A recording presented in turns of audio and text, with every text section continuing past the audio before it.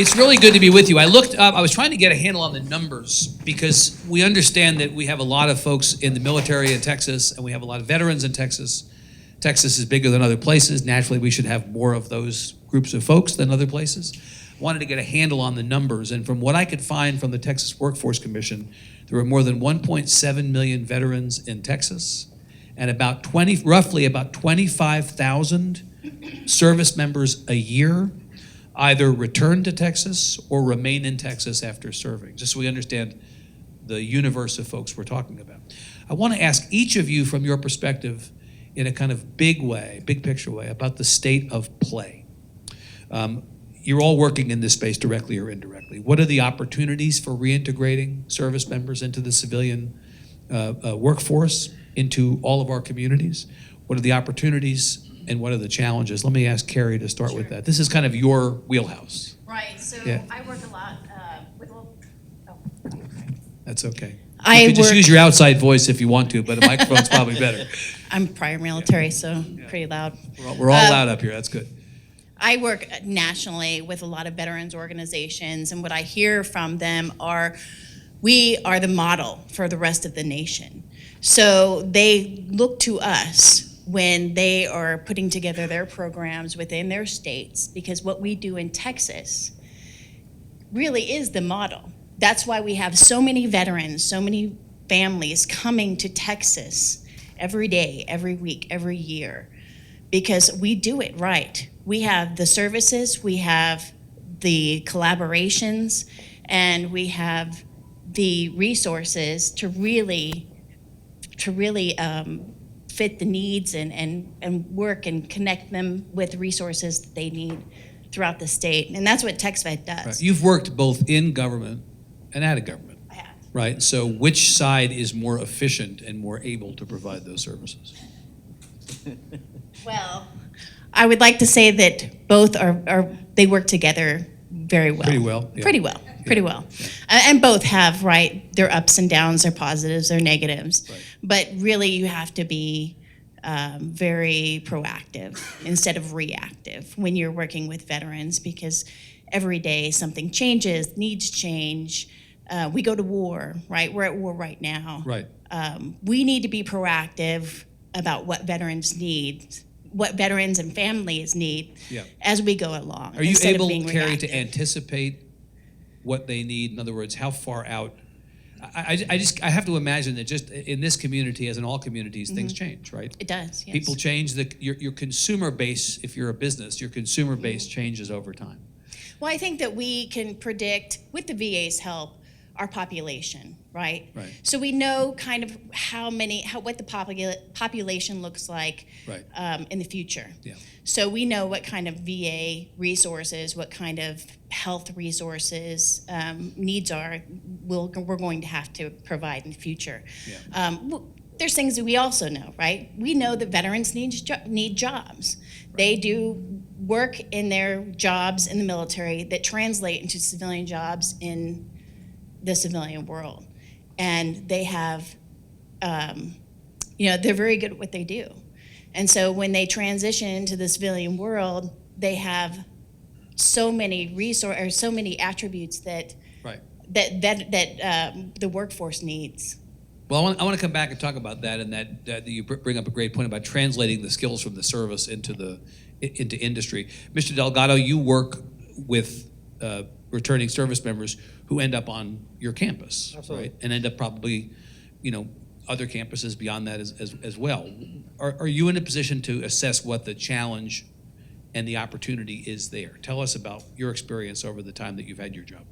So absolutely. So I think the greatest challenge is just providing those changing resources and aspects. So as you mentioned, not every day is the same, especially when you're dealing with the military connected family. So at A&M San Antonio, we try to take the word veteran out of the equation, because not everybody associates themselves as a veteran.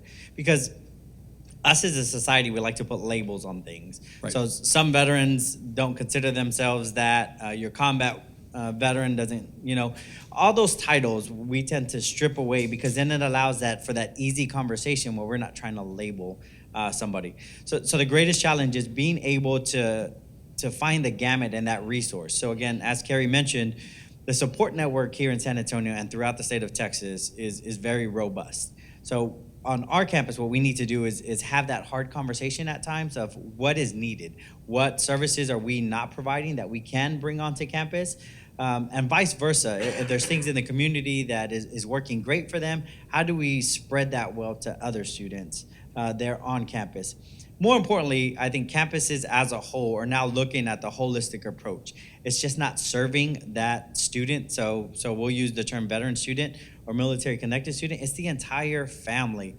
A lot of campuses just focus on that one student, but if you take the barriers from the family aspect and eliminate them, then they're able to be more productive, and we can live up to the high GPAs and the in-class participation, because that service member or veteran is not worried about, is my family okay while I'm in class? So you're providing services that extend beyond the classroom. It's almost a little bit like kids in K through 12, where the schools have had to step up and take on some quasi-parental responsibilities, right? Absolutely, and I think that's the way universities and campus are moving to, because it is more than just what's happening in the classroom. Right. It has to be all the way around, that 360 approach. Right. So from the perspective of business, and we have big business and we have small business reflected here, Megan, Boeing obviously has been very committed over time to supporting, what did you say, military connected families. I want to be, apparently I can't say the V word, right?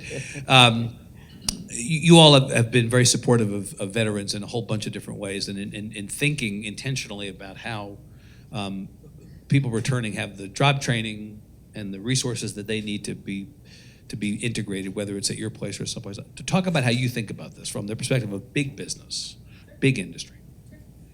So at Boeing Global Engagement, we have reimagined the way that we look at our philanthropy. Corporate citizenship is a major tenet of what we do at the Boeing Company. We fall under government operations, which is pretty unique compared to other companies. And with that, we work a lot with our state and local teammates. I have Tyler Schrader over here that I work with intimately, and we took a different approach as an organization, an enterprise-wide approach, about 3 years ago to just reimagine the way that we gave specifically to veterans. We're a defense company, as well as a commercial airplanes company, as well as a global services company. And we started seeing that workforce transition was a great thing to do.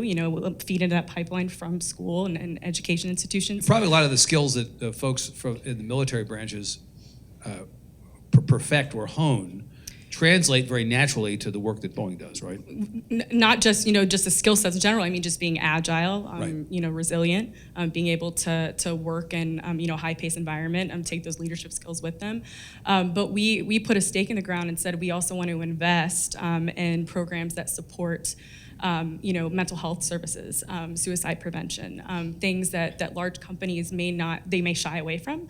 And we said that, we want to invest in these programs. So just last year, we invested $30 million in veteran-centric programming. And it's really paved the way, I think, for, looking at the way that we look at our talent acquisition, the way that we communicate how a veteran wants to be portrayed. Diversity and inclusion, looking at the profile of a woman veteran. It's a large growing demographic, and also just the demographics of veterans nowadays. They're way more diverse than they were years ago. So it's both the right thing to do, but it also is good for business, right? You create a better workforce by investing on the front end in the right things that this community needs. Joseph, you've built a couple of businesses, and while those businesses are not necessarily focused on the community of veterans, this is an issue that, as long as I've known you, has been a narrative through line for you, right? How do you think about this from the small business perspective? Well, and it's in many ways tied back to what you said in your original question, which is what is the state of play? Right. One of the things I love to share with audiences is a statistic that I learned several years ago, which is that after World War II, returning veterans, 50% of them went on to create their own small business or their own company. Right. Half. That is a stunning figure when you compare it to today's numbers, which is single digits. Maybe 7, maybe 8, depending on how you measure it.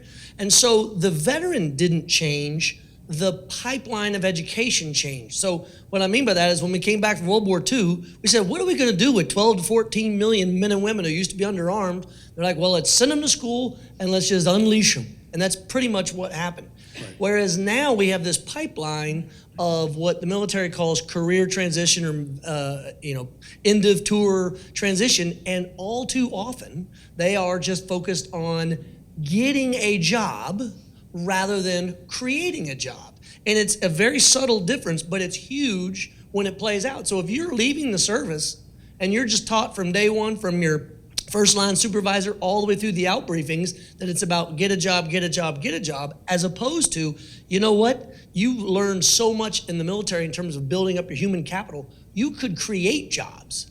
You could create a company around an idea of a passion that you have. So in fact, that's what you did. That's absolutely what we did. That's what you did personally when you spent your time in the service, you came out and started a business. That's correct. Right. So what motivated you to do that, or where was your bridge, the kind of bridge you were talking about that may have existed once upon a time? So it goes back to the pipeline of education. My bridge came from a friend of mine, Craig Cummings, who was already out. He was 4 or 5 years out of the military ahead of me.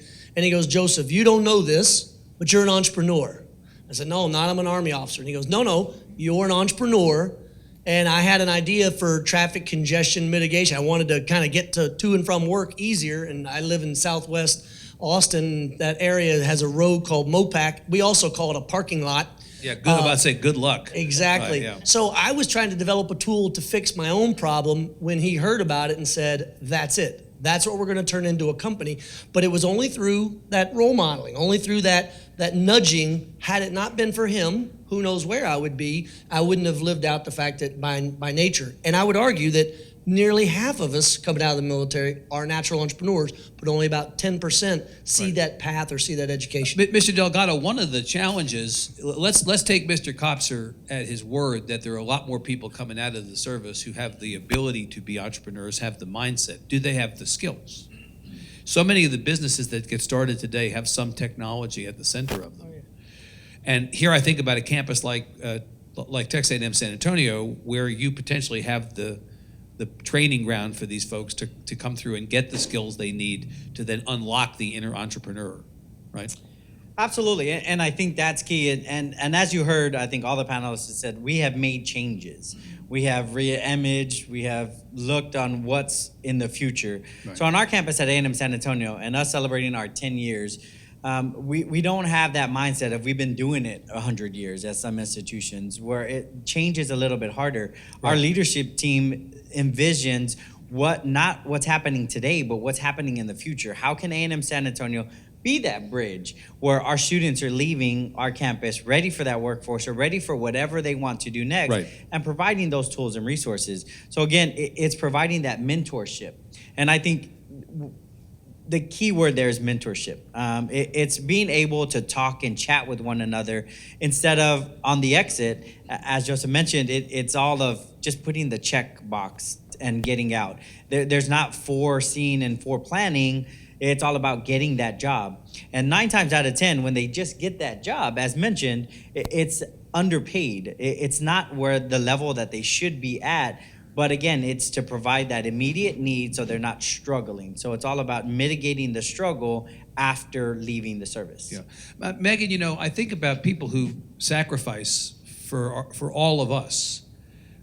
And it's extraordinary to me to think that we put these brave and selfless folks in a situation where they come out of a certain number of years doing this on all of our behalfs, and they're immediately in the position of struggle. It's so counterintuitive. You would think that if anything, we'd want to be sure that the opposite was the case. But what Richard just described is too often the challenge, right, coming out. Yes, and I think creating an environment, we have 20,000 veterans on staff, so that's 15% of our workforce. Is that right? 50 at your company? 15% of your workforce are people who 15%. Here, just in San Antonio, it's 40%, which is a really large number. And with that, you talk about onboarding and retention. Right. How do veterans and their families, because we do look at the holistic family, how do they feel a part of a company like ours? Are they involved with the resource or employee resource groups? Are they tapped into resource? Are they taking advantage of some of the tuition assistance that we have, so they don't have to leverage their GI Bill. They can use some of our other programs. We also extend, talked about childcare being a major barrier. We work to, I think it's double what the civilian in our workforce gets, but we help with childcare and with elder care. So you have for specific caregivers. programs focusing on former service members as opposed to just regular old folks who work for Boeing. Correct, but it's been beautiful to see how I think the veteran population, and you guys have been doing this business for some time, really informs larger populations, even within a big company like ours. And so it's been great to see how Play we paved a the way. lead role in terms of how the company thinks about policies that are supportive of all employees. Correct. Right, it starts with the veteran population. Yep. Right. Carrie, I asked you before we came out today, I want to be sure I had your bio right, and I said, so you went to Southern Illinois University in Carbondale? Yes. But you did 20 years in the Navy? Yes. So you did school after the Navy? Yes. And you said you took advantage of the resources that were available to you as a retiring service member to go on and get your education, right? Talk about that. You were kind of an example of having walked that bridge. Right? Sure. So let me back it up a little bit farther. When I first came into the military, I was young, and I was strong and agile, and I was a CB. I wanted to be a construction electrician. I wanted to kick some butt, right? Because that's when you're young, you can do that. I did 10 years of that, and then I found out that there were so many programs and so much information out there that service members just didn't know about.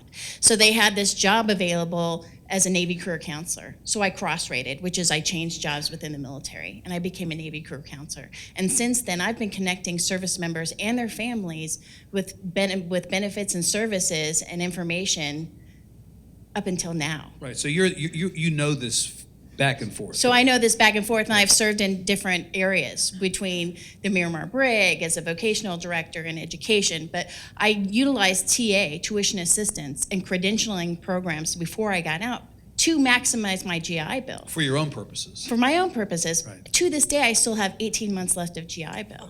Post 9/11 GI Bill, I have a master's degree, I have certifications that I got before I got out that people just don't know about. Yeah. And we list those on our website. That's our biggest strengths. We're not just a website, TexVet.org. We are connections within those communities. Well, it's a true clearinghouse in that, That it's is. also not passive. You're not waiting for people to come to you. You're Absolutely not. going to them. Many people have the impression that we're in this box just inserting information into a website, which is completely not true. Yeah. We work with the 38 military veteran peer network coordinators, the county veteran service officers, and our local and state partners throughout the state. There are boots on the ground. So they let us know, they identify resources within our area, which is crucial in rural areas where there's not state resources available. So they locate and identify those resources. We've put them through our own vetting system. I kind of look at us as the Better Business Bureau of the veteran services world. So we put them through our our vetting services, because there's the worst calls that we get are, I called this organization and they wouldn't answer the phone. Yeah. Or I called them and they couldn't help me and they didn't offer me a handoff, right? We all hear about that warm handoff. That warm handoff is, hey, we don't do that, but we know somebody that does. Let me get you in touch with that person. Carrie, why is it so hard? Or why is it as hard as it is? Why does it have to be this hard, is what I'm asking. I would imagine that it would be incumbent upon government and the service branches to make this as widely available to service members as possible. Is that just naive on my part? So it is widely available. Right. In most cases. I can't answer some of that question. Yeah. But what Well, we do. You probably have a point of view about it. Yes, I do. Yeah. But what we do, and let me tell you, the VA, a lot of people give the VA shtick. But we try to teach people how to be their own advocates. And there's even training on the VA website on how to be your own advocate, how to get the best appointment, when to get the best appointment for the maximum time frame. So it's out there, right? What about some of the programs they have? Nobody really knows about them. So that's what we try to do, is connect that information that's there that they don't really do a great job of of sharing with the public. Right. And we try to educate our veterans and their families so they can be advocates, right? They can be their own advocates and go and get the care that they need. Listen, even my own husband, right? 26 years in the military. He goes to the VA. He comes out from his primary. I said, so what did they say? Did you ask this? No, I didn't ask. Well, did you ask? Well, what did you do while you were in your appointment? Oh, but come on, that's every marriage in America, though. That's not just... That's right, not just, that's not your but case. we try to teach them to be their own advocates. That's how you get the best care. Right. Ask the questions. And so TexVet is associated with Texas A&M Health Science Center. Right. Texas A&M is an institution that has a proud tradition of welcoming That's right. and serving people who have some connection to the military. Ms. Delgado, I assume that what you're hearing from Carrie, similar. You have people come to you and you've got to be the clearinghouse of sorts for all sorts of services that might be available that they may not even know about. Absolutely, and what Carrie and her team does, we rely on that as well. So again, we follow the money, and I hate to say it that way, but as Carrie mentioned, there's nonprofits and even businesses that tend to switch gears all of a sudden without a moment's notice, and we're trying to pick up the pieces because yesterday it was there, the funding was there yesterday, but it's not there tomorrow. So again, the VA has been a world of information for us and our team. Again, having that conversation. So we are working on plans with the VA that I think is going to amaze a bunch of people. But again, it's just having that conversation. It's being, okay, so this is the need. The VA does it elsewhere. So how can we bring that service on our campus to make it easier for our 17% of military connected population to utilize, where they're not having to run across town to go to a doctor's appointment. It's little things like that even businesses across the spectrum, if you just bring up those questions of, okay, you see the need, how do we fill it? Us in the military, that's what we were used to. If we saw a need and it was unmet, even Joseph mentioned it, he was trying to solve a need for himself. If we just get in that mindset of how do we fill that gap, then those gaps tend to shrink.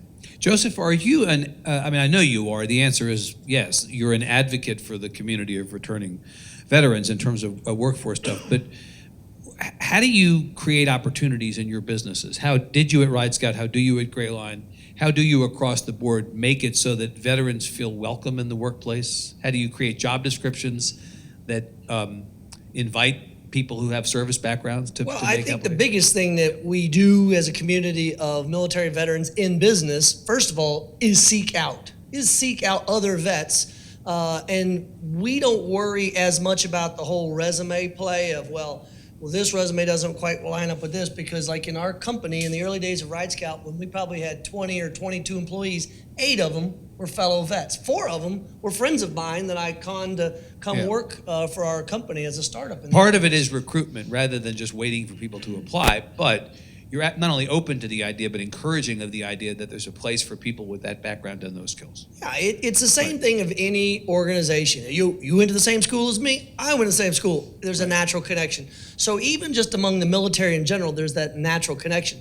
What makes it even more powerful, why I always seek it out when possible, is I happen to know, as we all know on this stage, that, for instance, it's as blatant as the evaluation report. When you look at the front page of a military evaluation report, at least in the Army, those skills and attributes that we're talking about are not based on technology. They're not based on one specific trade or craft. It is about leadership. It is about training, time management, oral and written communications. So there's so-called soft skills as opposed to hard skills, but they nonetheless translate to business. Absolutely. It is an evaluation of the soft skills that then work very well in other contexts and other places. Right. Megan, you had alluded to this earlier. You talked about, people we have come see us about positions at Boeing, and high percentage of people who work for us have been in the service. There are these skills that are transferable, but there does need to be some connect made. The skills don't directly translate necessarily to every position that you might have. You presumably have to work with some of these folks to figure out how those skills can be made best use of at the company. Right.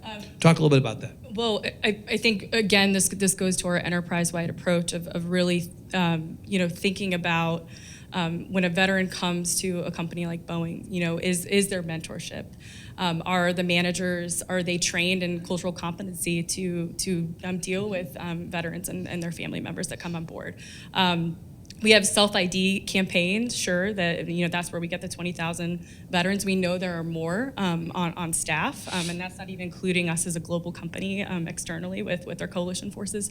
What are we doing to get veterans to maximize on their talent, to seek out that mentorship, and I think that we're making strides, but retainment is an issue within the industry that's something that we have to continue to address. Yeah. Somebody mentioned mental health services, Carrie, as one of the wraparounds that people who support veterans reentering civilian life. This is a legitimate concern issue. How do you think about that part of what you provide to this returning community? I look at mental health services as a wraparound. So, right, we provide wraparound services. So mental health services, yes, is, right, going to a counselor, seeking help, but it's also, right, that making sure that your other needs are met, because that also feeds into your mental health. Right. So making sure that that you're not homeless, that you have a place to stay, that you have enough food, that you have rent for the next month, that you have people around you that support you, to make sure that their interests, like your interests, are in their best.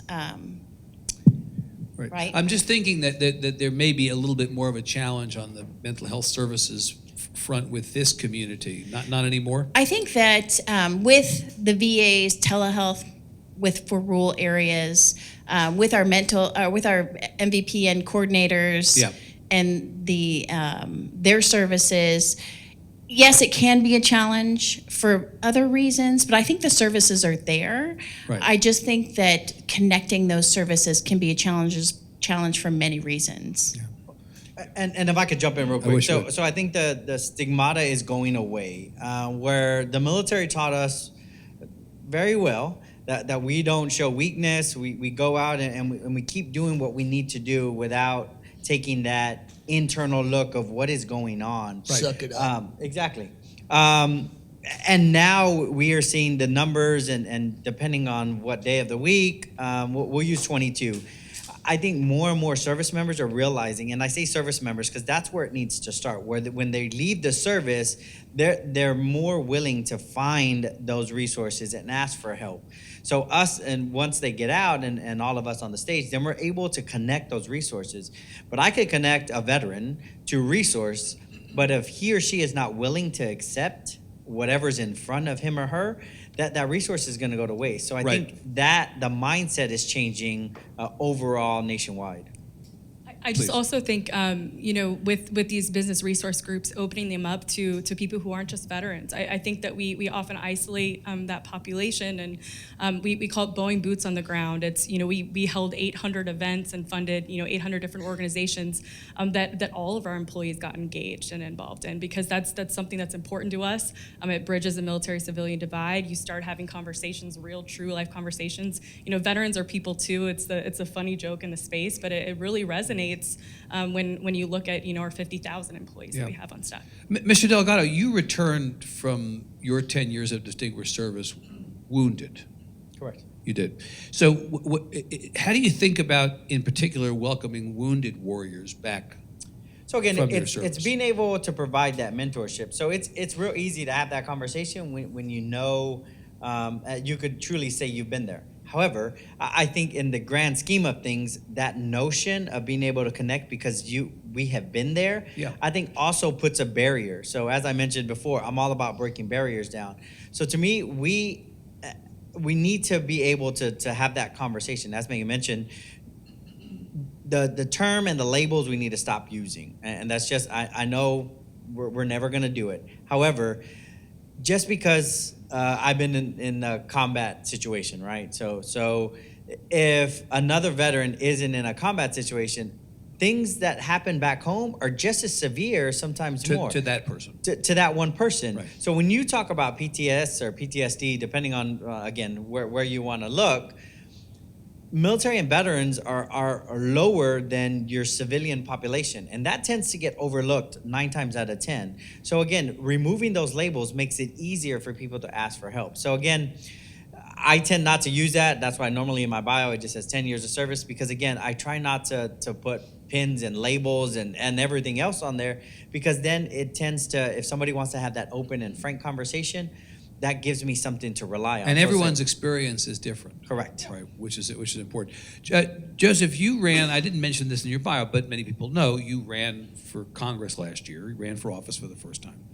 And you're one of a great number, both Democrats and Republicans. You happen to run as a Democrat, but Democrats and Republicans who in the last couple of election cycles have sought office because we had this boom of people following the Iraq and Afghanistan wars. People come back and now they're, it makes me think about the timing of this conversation. You know, we're kind of coming out of a cycle where a lot of people were deployed and are now, so does it feel to you like there's a boom of people returning and therefore the importance of this is that much greater? Oh, absolutely. Not only are we returning, but most importantly, for those of us that had an opportunity to serve overseas in the last 20 years or so, we put it all out on the line for our country. Right. And then to come back and see our country act as dysfunctional as they are, especially our elected leaders, it's like, oh, hell no. If you can't learn to play with others, get out of line and let somebody else do it. Right. But I want to return to one point just to kind of put a final touch on it, which is this notion of what we're doing with this talent coming out of the military. Yeah. And I say talent. I mean, we often, because of labels or whatever, the stigma, we want to coddle and say, oh my gosh, almost act like we're a charity case or, a victim. Hell no. What you have is a real opportunity. But here's the good news for society.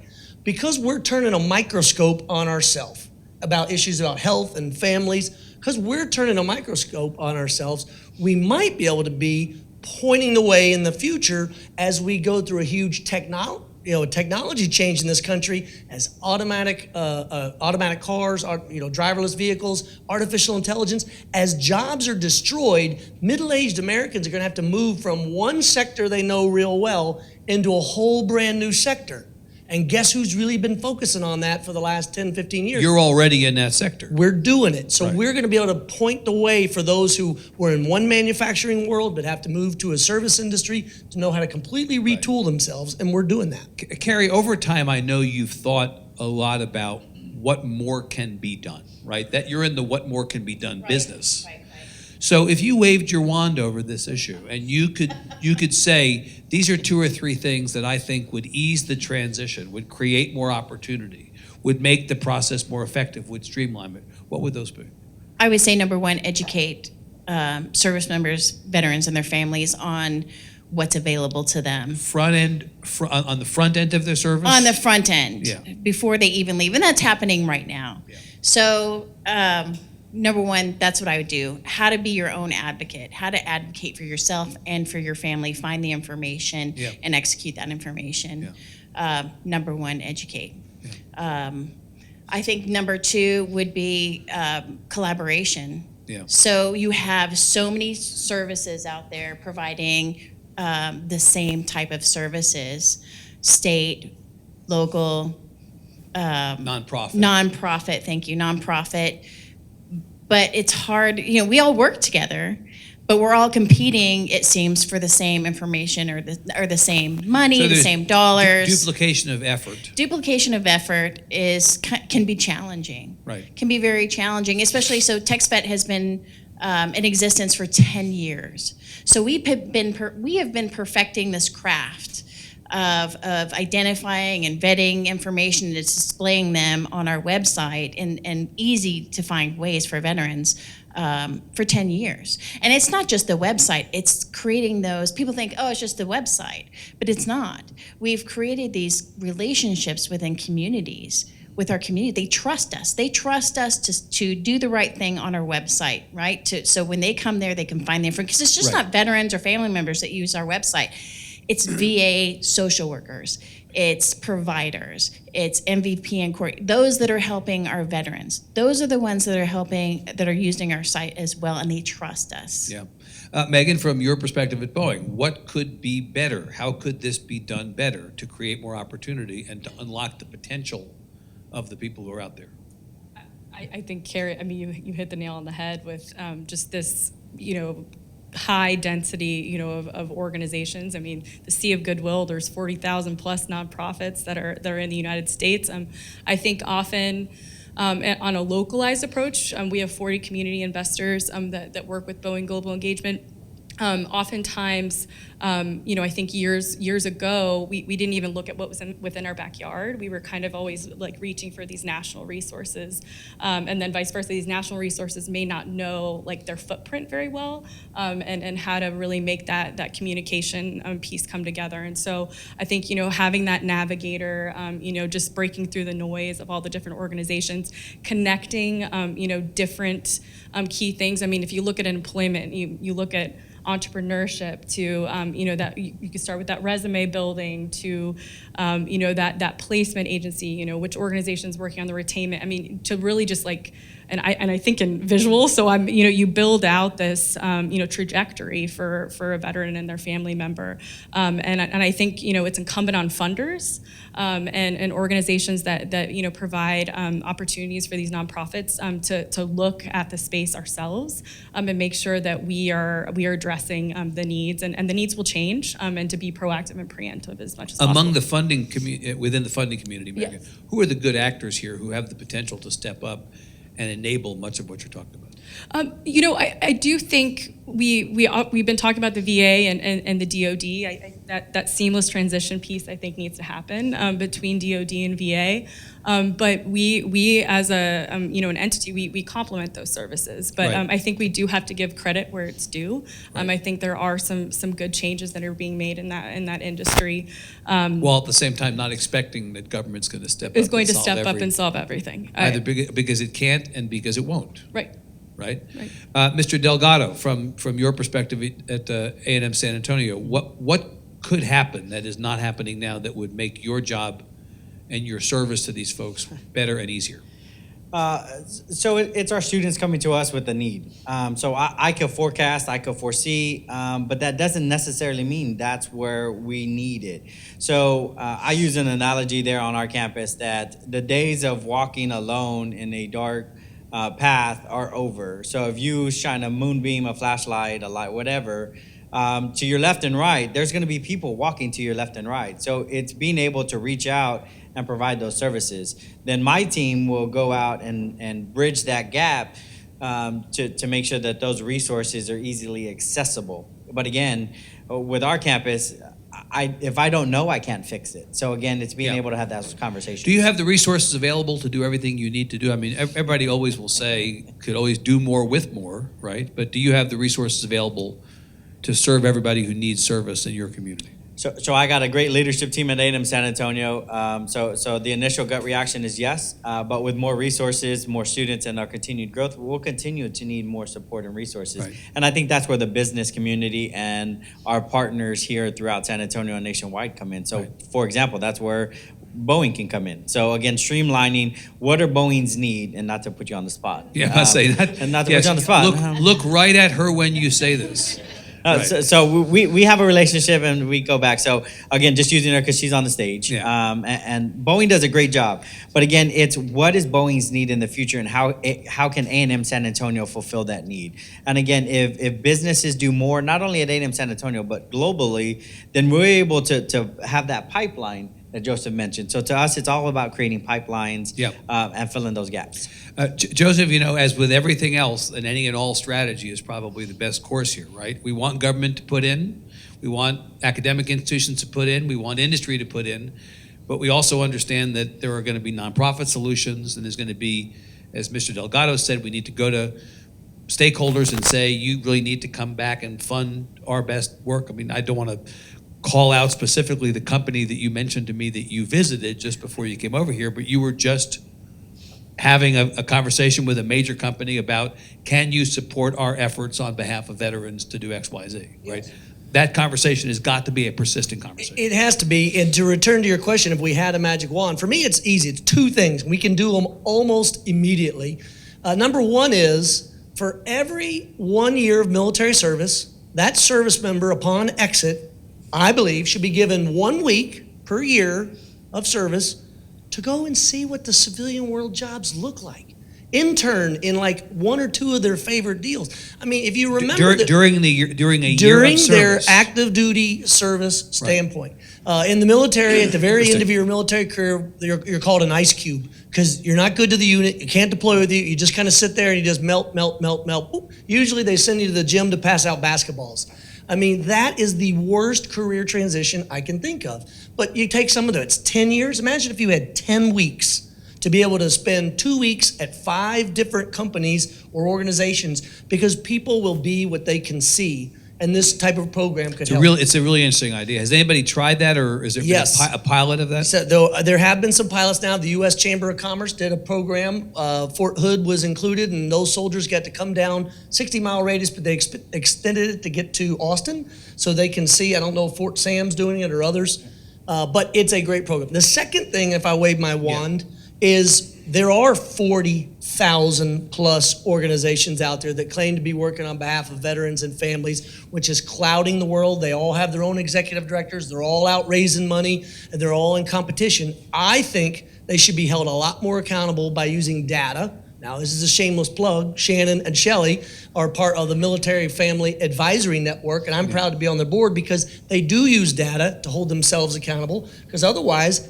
how are the American people to know which charities to give to and which not to when everybody's got their hand out? Drives me crazy. But probably within the universe of grantors and grantees, everybody knows anecdotally who the good ones are, right? Where the data is. And I'm the queen of anecdotes. They start to add up. Well, as we like do. to say, the plural of anecdote is not data, right? You actually need actual metrics to be able to assess. Okay, so we're at about 1:15. I'd love to take some questions from the floor for the balance of our time. We have 4 really expert panelists who have big thoughts. What would you like to know from them? Sir. Be glad to ask a question. So great discussion around taking a holistic approach to civilian transition, right? And it's not just job training, it's not just job opportunity. Here you had mentioned the health aspect of that, the mental health aspect of that as well. Could there also be something to be said for supporting the family and the spouses in particular while on active duty before it ever becomes a veteran? So, these spouses follow the installations, assignments of their spouse, easing that transition, knowing that a military family will typically make home where they feel home. And you lose the ability to support that veteran or lose that workforce ability of that particular veteran if they don't feel as though they're supported as a family. Carrie, we heard a lot today about supporting families, but does that extend to supporting spouses of active duty members? Well, that's what's in the spotlight now. So right now, there are states that are identifying certifications, and if you go to our website, under the transition piece, it'll show you a list from TDRL of certifications that will transfer into the state of Texas free of charge or at a discounted rate for spouses or for veterans.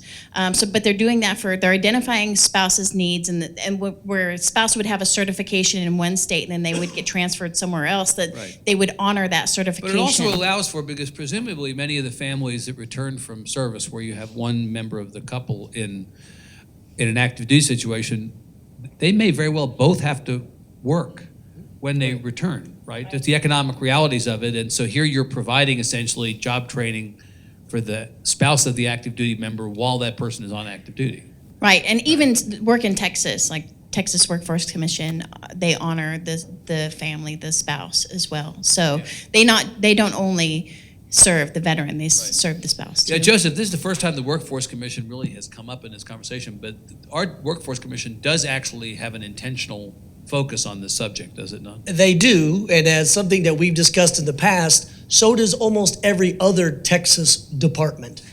There are a lot of different departments within the state government of Texas that have a veterans angle. Which is good.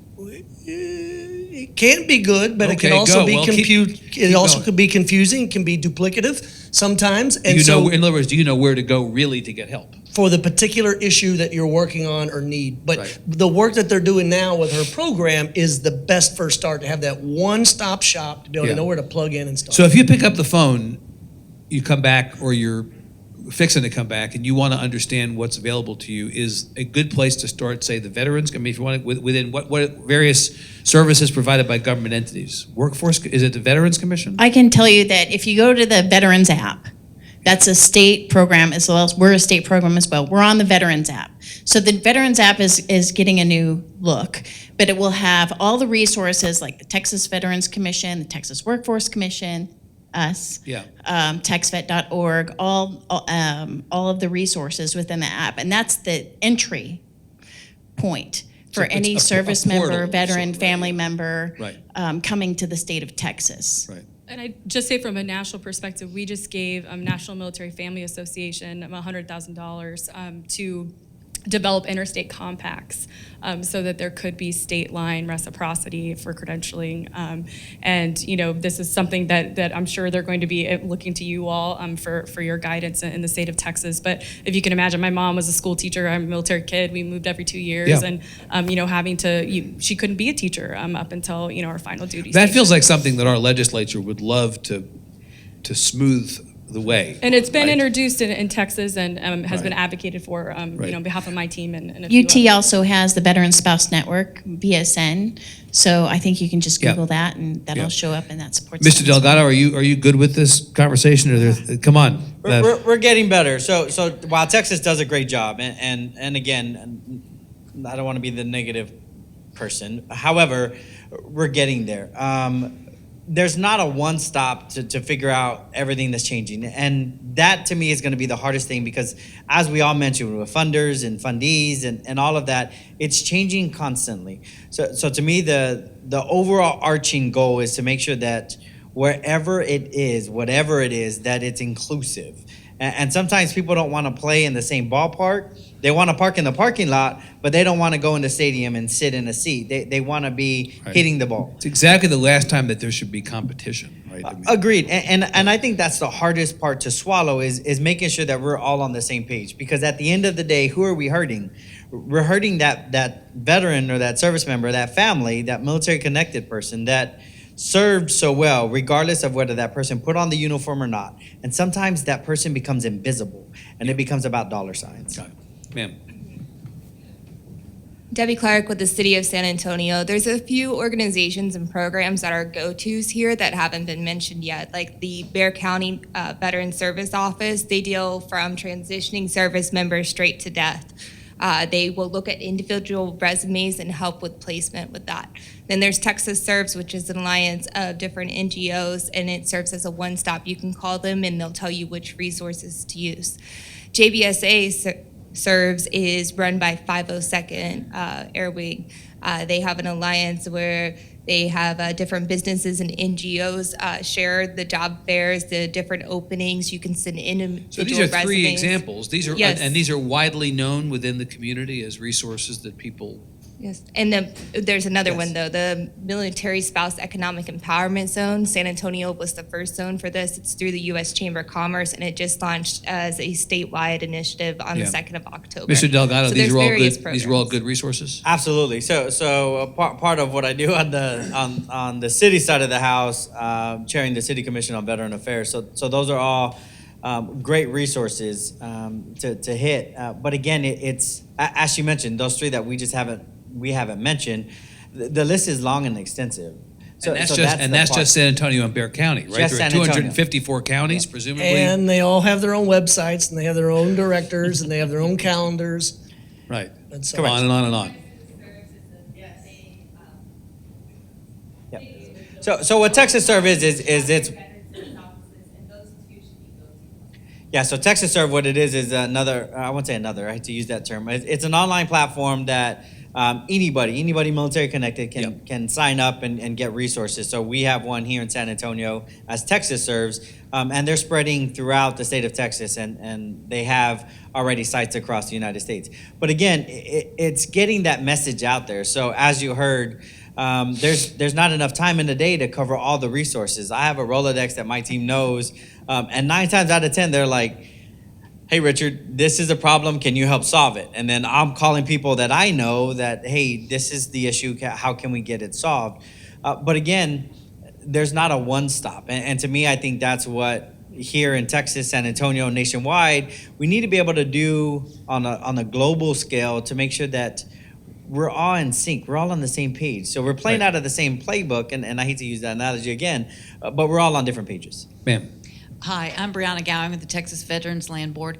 And just to let you all know, the TVC within the last 4 months has hired someone whose job is to get more veterans hired by the state. His name is Nelson Touche, and they had a job fair last week. So it was he brought together all. What is the his agencies. background? I don't know what his background is, but I know that that's what he's committed to. And so he's trying to work with all the Texas agencies. Right. And it is, and again, to the point of there are a lot of different agencies that have a piece of this. The Texas Veterans Land Board is housed out of the General Land Office, right? Yes, but the Texas Veterans Commission is a separate agency, but we have a joint call center, so I work very closely with them. And so Yeah. I know when Nelson first started, he called me up. We had somebody last week from HR at their Efforts job coordinator, fair. So he's really trying, I mean, that's his job, that's his focus. So Yeah. Good. if somebody's interested in a job with the state of Texas. Yeah. I mean, I think it's interesting, 3 of the 4 people on the stage have served. You're from a military family. It helps to have the perspective of having been in that situation, right? I mean, that's one thing. This is sort of apropos of nothing, but we have the lowest percentage of people in government right now who served in the military in generations. And in some ways, it might almost be helpful to have people who've lived this so that they would then have a full appreciation of the complexities of it personally, right? I mean, Absolutely. your expertise is all reflected in everything you've said, sir. Yeah, I'm Gerald Gonzalez. I'm at Workforce Solutions Alamo at the board level. And one of the things that we've been doing, because we promote our annual Red, White, and New hiring fair, which is going to be coming up November 7th, which we have flyers out in the front. Yeah, right. Nicely done. Yes. But the question I have is this. This is one thing that's been coming up. How do you leverage, I guess, a person coming out of the military, right?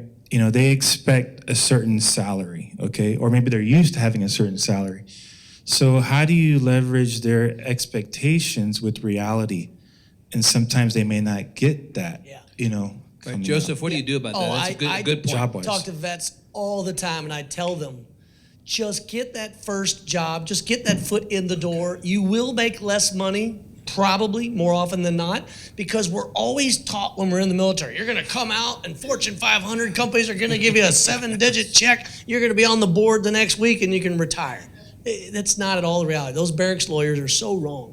So I tell all of them, just get your foot in the door, because if you're good, which I know 90% of them are, and by the way, we have knuckleheads in the military just like anybody. Well, and you know what? We have knuckleheads in the non-military also.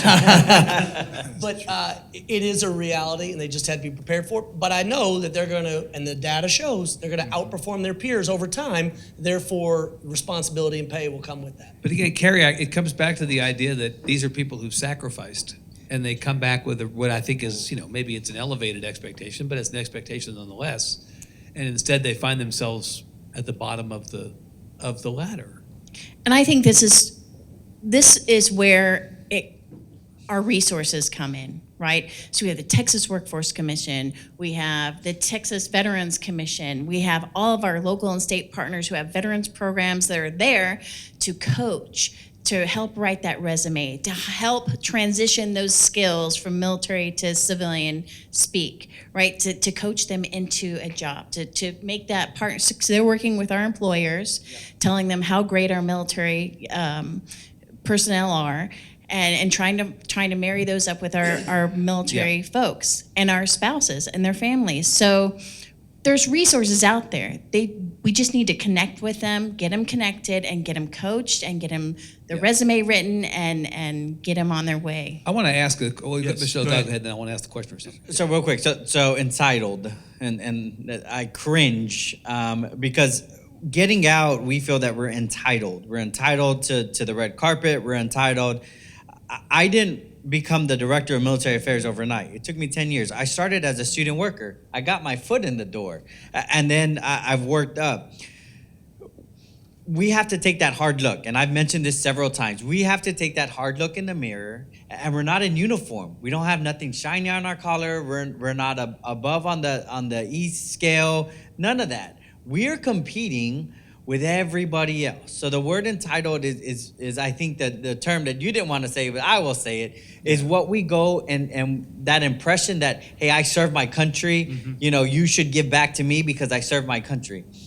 But again, it's how the companies and corporations, so again, I'm going to pick on Boeing real quick because they're on the stage. It's having that corporate mantra that you have the conversation. You have other veterans that are there and have them at the table recruiting. Because to me, and you mentioned it. That's interesting. It's being able to have that conversation and be like, hey, buddy, I served with you. And I've been where you are now, right? Yeah, and now look where I am. Some HR professionals tend to be, they'll say it in a negative way, and that will turn somebody off, and then you get that entitled, hey, well, I served my country, what did you do? So again, it's having that approach where you have not so much, you don't have to have a veteran at the table, but at least have that training where that HR professional can have that conversation. Do you have enough companies come to recruit at a fair Well, like the right now we have about 160 employers that are going to be at our Red, White, and New hiring fair. I guess I also stand back from this conversation, and I think that Texas right now enjoys historically low unemployment. So at exactly the moment we're talking about welcoming more and more veterans back into civilian life and create job opportunities for them, we have the fewest number of jobs open. Yeah. What's funny, though, is that you have a lot of people who are employed. That's what we found out. But a lot of people they're looking to move up. And so people they're looking out there. Underemployed is a real thing. Yes. Underemployed. Underemployment is a real thing. But I would also say it really does, culture and veterans, they want to find a purpose and have a mission wherever they go. And so, being able to work for a company and looking at their values and seeing, is it a company I want to be a part of? Volunteers are more likely to vote. They're more likely to volunteer. I mean, these are true statistics. And so, that is going to play a role, especially with some of these younger veterans that are returning to the work. I think is a good point to make is, the Texas Workforce or the Texas Veterans Commission, at one time, I think it was 85% or higher, their employees were veterans. So these are veterans helping other veterans. And so to make your point, when you talk about, coming out, transitioning service members coming out, and they're speaking to their friends and their mentors, and you're saying, hey, buddy, this is what you need to do. Well, they're there. They're already in the workforce helping other veterans within the Texas Veterans Commission, within the Texas Workforce Commission, and out in the community. So they're partnering up with veterans who are already doing it, and we're getting to show them the way. So that's a really big It's a positive honor. thing. Right. It's good to end on a positive thing. Megan talked about mission. My mission is to tell you that it's 1:00 and that we're done here. We had a great discussion with a great panel. Please thank Megan Bunce, Richard Delgado, Joseph Kopser, Carrie Sconza. Thank them so much for being here. And thank you again to San Antonio College, to everybody connected with the Tribune who helped put this on, and thanks to all of you for coming. We'll see you again. Thanks.